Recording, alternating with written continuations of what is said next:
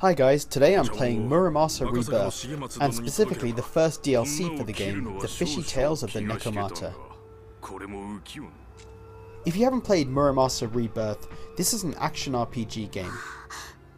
The base game has two different stories following two different characters, as they go on their journey through Japan, taking on various enemies, trying to complete their quests and fighting some pretty amazing and giant bosses. I won't get into the stories for the two characters, they feel kind of random and over the top at times, but it's really the gameplay itself that sells this game. And not just the gameplay, the art and the sound and the music are just incredible. When you play the game, it looks like you're playing one of these old style Japanese paintings, and the music suits that style so well with this kind of traditional Japanese style music. It just looks amazing and plays amazingly. And it's kind of as you'd expect for Vanillaware. So Vanillaware has made Odin Sphere and Dragon's Crown for the Vita as well, and they both look incredible. I'd say Odin Sphere has got better action and gameplay than Muramasa, but Muramasa is still amazing.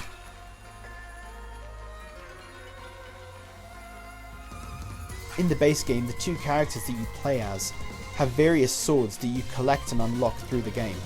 As you level up, you unlock new swords that grant new abilities and have strengths and weaknesses, like improved attack or improved HP, for example. In this DLC, it's quite different in terms of the attack style of the character. So this particular character has no swords. The character can actually change from a kind of humanoid, half cat, half human, to a full cat that kind of specializes more in magic. And then it can also turn into this kind of floating giant cat head that can just attack people. So it's very different from the base game characters, whose attacks are more focused and work around the swords that they have at the time.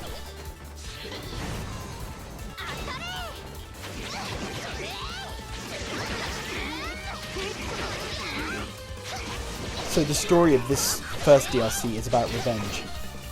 A family gets wiped out by an evil lord, and the cat of the family approaches the daughter of the family as she is dying and drinks her blood, and she becomes this kind of half-human, half-cat demon who then goes to seek revenge upon the people that murdered her family. So in this Let's Play, I've kind of cut it down because actually it's really long. The original game took me around 8 to 10 hours to finish each of the storylines. And I was impressed that each of the 4 DLC packs, they take around 6 hours or so to complete, which is pretty good given the price of them. You're getting a lot of gameplay for equivalent of around £10 in the UK.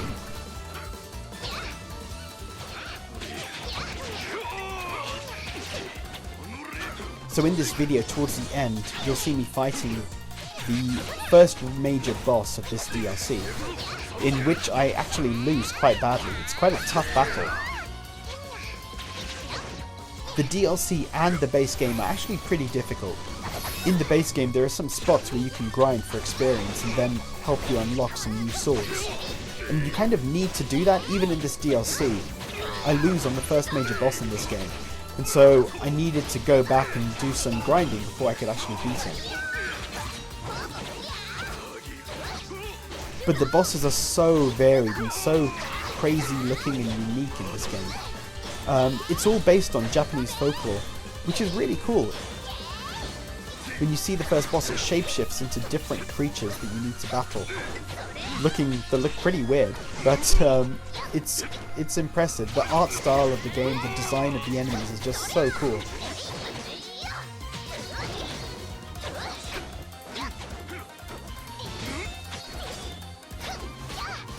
Playing the DLC or even the base game, I think my one recommendation would be to grind. You do need to get through some of the bosses, and it's almost better to grind early on to gain some levels rather than wait towards the end of the game.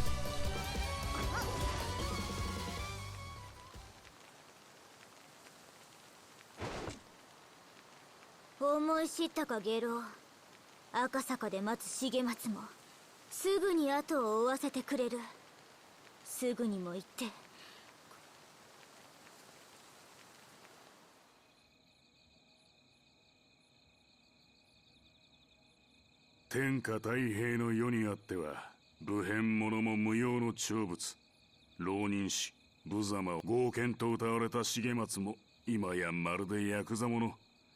鍋島勝重公の、いや、今さら愚痴を漏らしたところで線のないこと、これも仮名。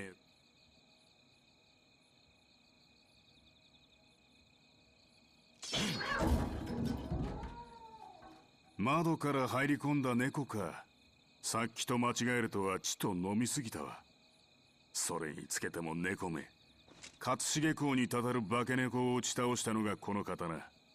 それを切ろうてか猫はこの根こそぎ村正を恐れ近寄れぬ。それにしてもあやつら遅すぎる。よもや青二歳相手に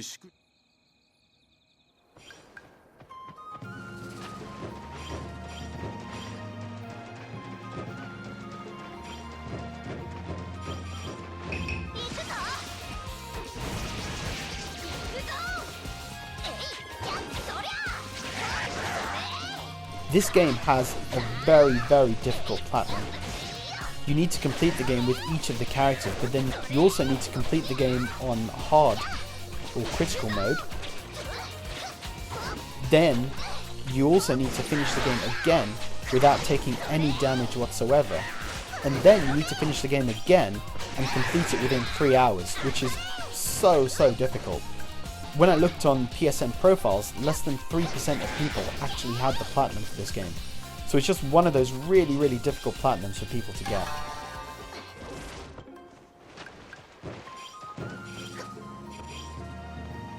But despite it being such a difficult platinum, it's still a game that I really love. Like I said, I think Odin Sphere is a better game to play, and I think the story for Odin Sphere is better as well. But this game still just looks amazing, it sounds great, the gameplay is excellent, the bosses are really varied. It's just a lot of fun to play. It is difficult, like I said, but it's something I think is definitely worth playing.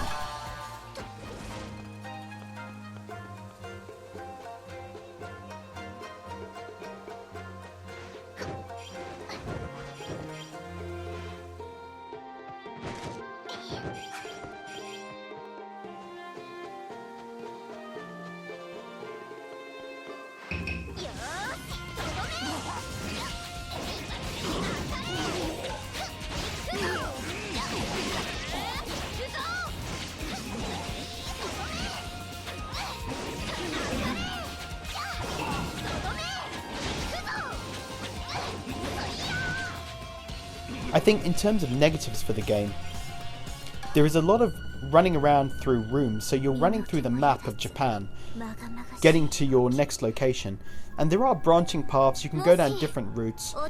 Normally you'll be blocked by a barrier if you go too far down the wrong route. You can almost waste a lot of time from running down the wrong path for a long time before you realise you need to turn around and come back again. It's not a big deal because normally you'll find areas where you're fighting enemies, so at least you can level up and grind a little bit. But it did get a little bit frustrating getting lost on the world map, or just having to run through lots and lots of rooms, and I say rooms, but really we're talking about these kind of each section of the map is its own little area, and some of them are just completely empty. I mean, obviously you'll have a nice background, it's very pretty to run through. But you'll find a lot of areas that are just empty and you're just running through them. And it kind of feels like you could almost cut those areas out to make the game move a little faster. So for this particular video, I cut out a lot of the running around the map and taking on some of the smaller enemies, just because getting to the boss alone took around 40-45 minutes. Which is quite a long time. I mean, it's good from the perspective of the amount of time it gives you to play the game. But it did feel like I was just running through the map at some points, rather than having any kind of actual game or battling to do. This is a pretty minor complaint because the game is actually just excellent. There's a real incentive for unlocking all the swords in the game, which kind of really pushed me to keep on playing and to keep on trying to level up and get them all.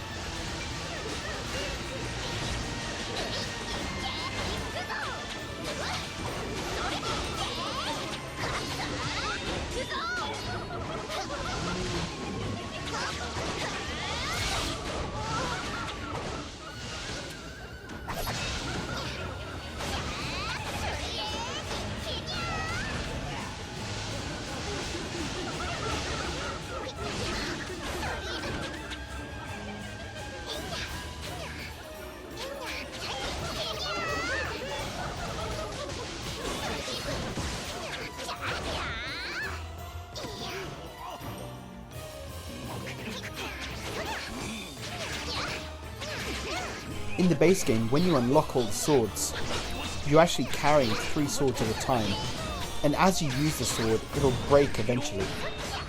So you need to pay attention to the sword you're using and whether it's close to breaking, to then move over to one of the other swords. You could get to a point where you have all 3 swords broken and you just need to wait and let it recharge before you can start using the sword again properly. And so in this DLC it's kind of similar, where you've got the 3 different forms. You've got the kind of half human, half cat form, the pure cat form, and then the kind of floating cat demon form. When you take too much damage in one particular form, you start to become weak, and you'll see that in this video. And then you need to switch over to another form to let it recharge before you can use the original one again. So my preference was the half cat, half human form. Because of the more melee attacks that it does, I kind of feel more comfortable in playing that way.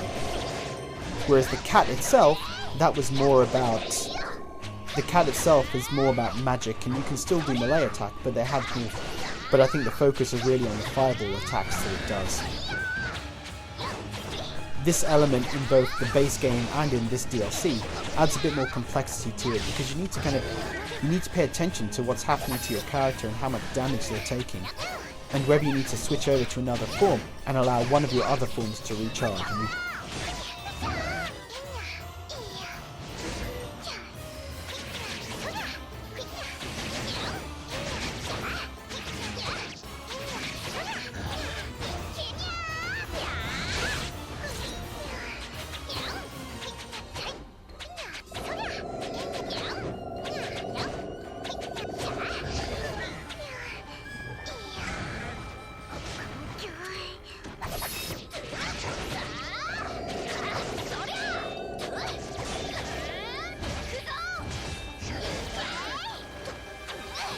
So I really enjoyed the DLCs. I didn't think they were as good as the main game, but they were still excellent. The 4 DLC packs are equivalent to a full game, and they're better than a lot of other games that are on Vita. If you played Muramasa and you enjoyed it, then I definitely recommend getting the DLC.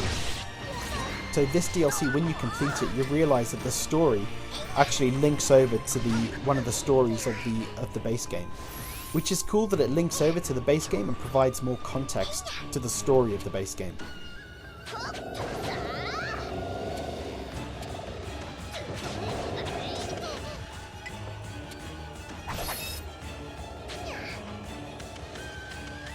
So overall, my recommendation is to buy Muramasa and to buy the DLC. It's excellent. Between the base game and the DLC, you'll be kept busy for tens of hours.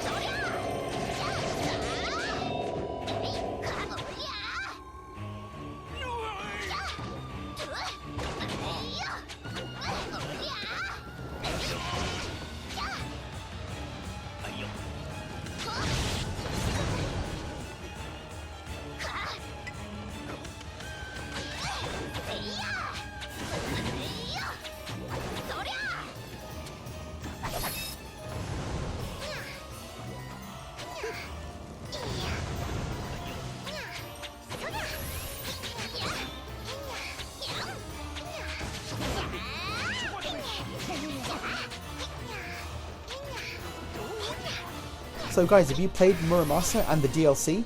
What did you think of it? And in particular, would you recommend the DLC to others? Leave a comment below, and as always, thanks for watching.